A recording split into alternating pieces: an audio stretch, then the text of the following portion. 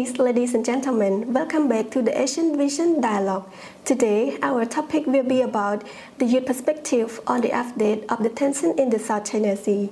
Our topic today will be focusing on the affections regarding the ongoing tension in the South China Sea among the climate states, and also Cambodia's contribution to the dispute.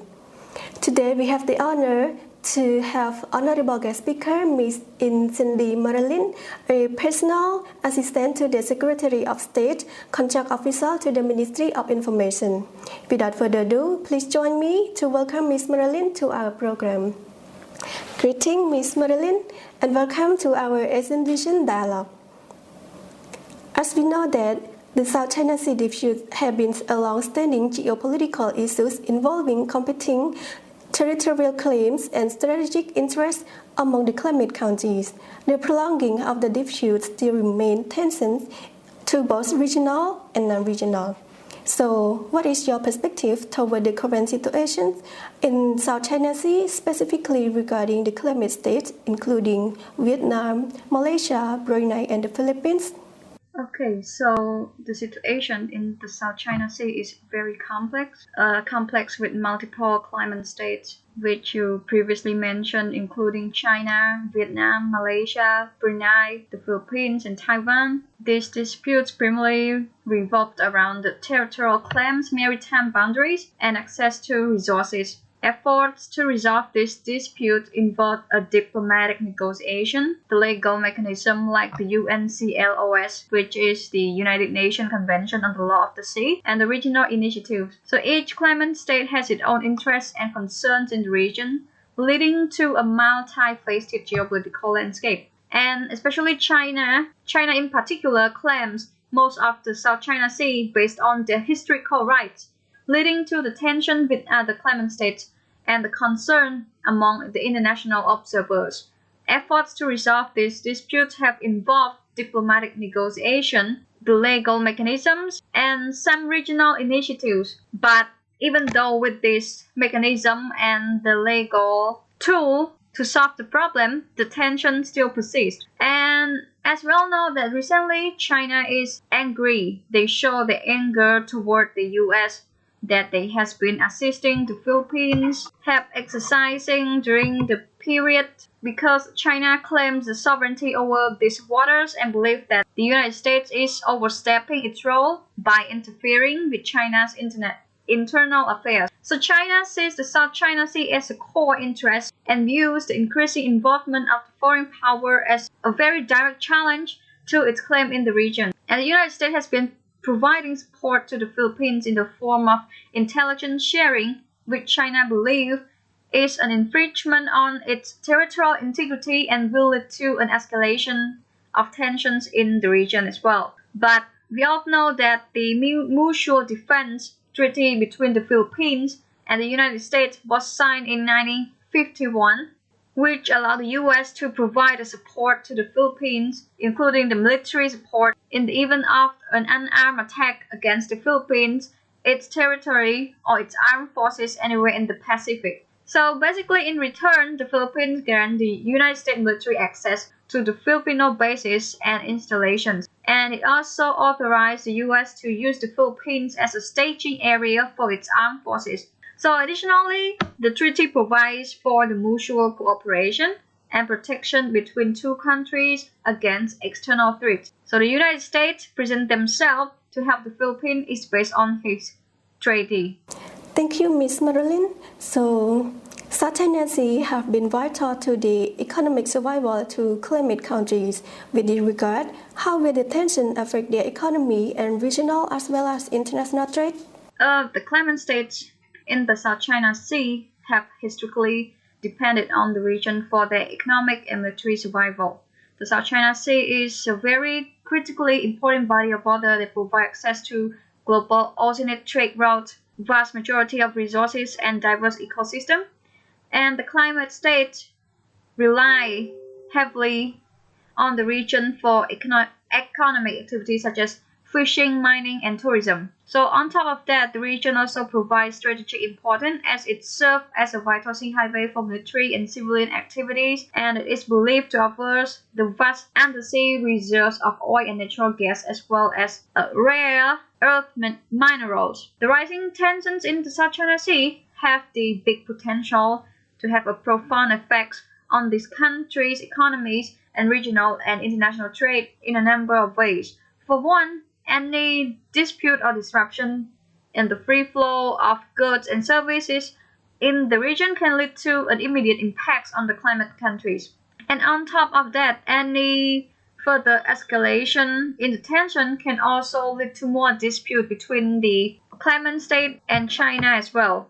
It can harm the trade, the possible trade sanctions or other legal measures being implemented by the international community, which can again have severe implications on the commercial activities in the region. And eventually, if they continue to escalate, the continued escalations in the tension can lead to the unpredictable and uncontrollable conflicts, which can further disrupt global trade and cause economic devastations. It is therefore very imperative that the claimants find peaceful resolution to the tension to ensure the continued free flow of goods and services in the South China Sea region, which will 100% ensure the economic survival and the security and stability of the region. Thank you, Ms. Marilyn. Moving on to our next questions. In the past few months, Vietnam and the Philippines have signed two agreements on incident prevention in the South China Sea and maritime cooperation among coast guards. However, this agreement is likely to anger China. In this regard, does this cooperation will build more tensions to the dispute in South China Sea? So the cooperation between Vietnam and the Philippines in the South China Sea through the signing of two agreements on the incident prevention in the South China Sea and maritime cooperation among the Coast Guard is likely to have a mixed reaction from China. But on the other hand, it is very good that these two countries have taken the steps forward to finding a very peaceful resolution to the tension in the region by ensuring a better communication and coordination between their Coast Guard agencies. But on the other hand, it is possible that such agreements may anger China as they might feel that Vietnam and the Philippines are challenging their territorial claims in the South China Sea.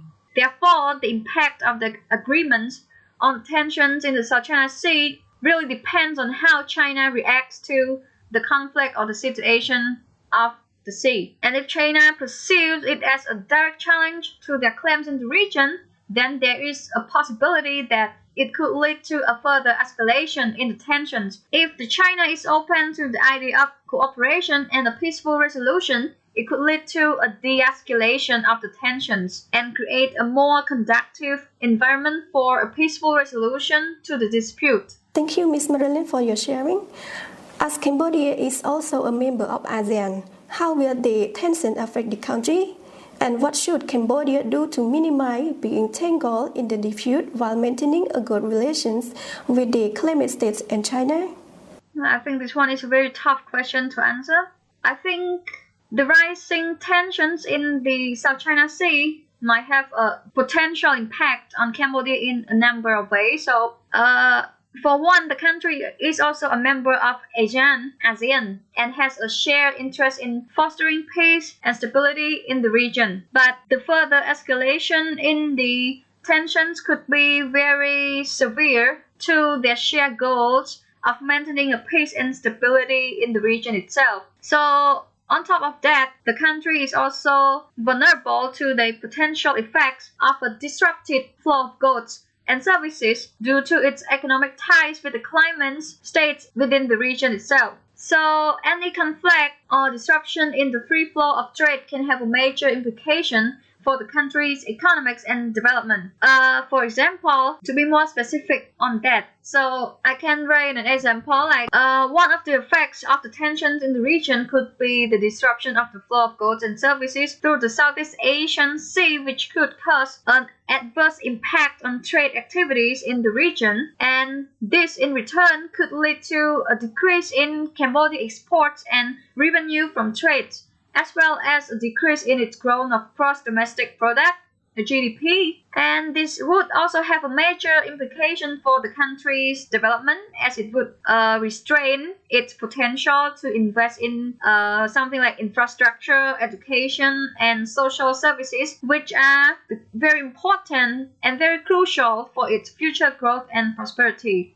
So basically, geographically speaking, Cambodia is a very small landlocked country with a limited size of, we can say that, a navigable land areas, and therefore its trade activities are largely dependent on the maritime roads. So its reliance on these maritime highways for its trade makes it particularly vulnerable to the conflict that the China caused between the climate states. This particular vulnerability can lead to a potential effects of conflicts from the rising tensions within the region itself. And with the rising tension, these sea routes could become less secure for trade activities, leading to a reduced trade revenue and the potential for it has a high potential for economic losses in the country. And to minimize the potential effects of the escalating tension in the South China Sea, I think Cambodia can take a number of measures.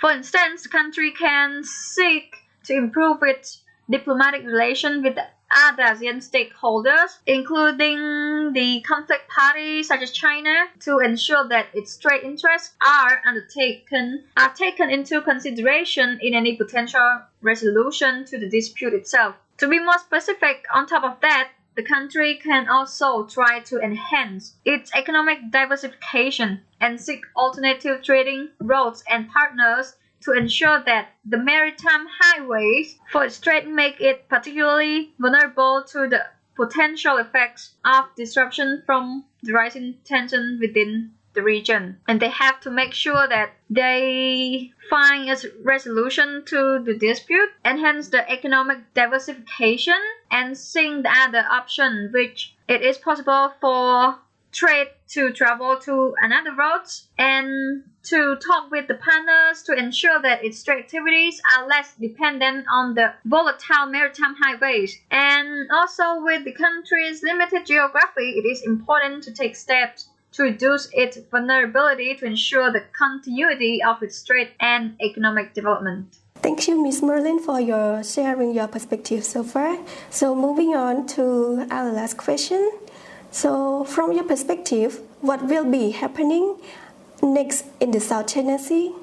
What will be happening next in the South China Sea? This is very, I don't know, it's very unpredictable for what can happen in the South China Sea, but expect ongoing conflict and dispute with the climate state and China, because not any single parties can back down from this problem. So imagine in the next coming months, I think the rising tensions in the South China Sea could potentially become even more worse and volatile, as both China and the United States are flexing their military muscles in a show of force. And also China, they kind of like conducting a large-scale military drills and exercising around the disputed islands, while the United States is conducting irregular patrols and reconnaissance flights in the region. This could potentially create a tinderbox situation and lead to an accidental misunderstanding between the two, and we can expect the confrontation between the two sides, like the hegemonic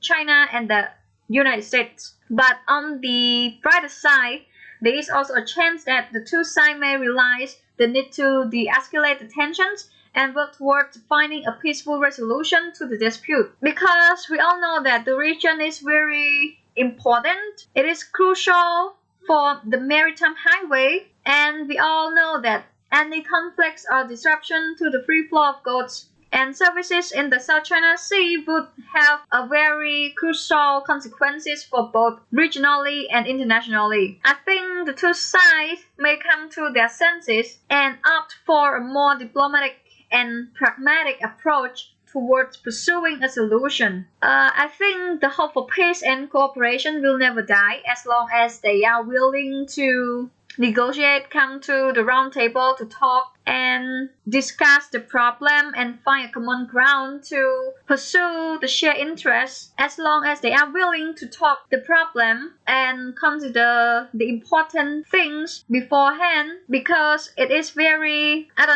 important to talk and negotiate, because whatever they do, it will have the bitter consequences for the claimant state, especially for Cambodia as well. So whatever happens, the world will be watching very closely. That's what I think about South China Sea. And it's like, I don't want to talk about anything anymore, because the South China Sea is very complex problems. And I hope one day that they can find a common ground to talk these things out.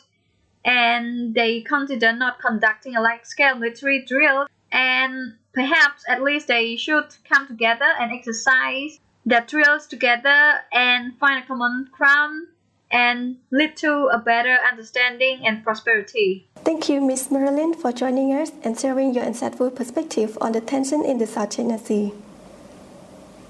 Excellencies, ladies and gentlemen, our discussion has now come to an end. Thank you for watching and see you in the next episode.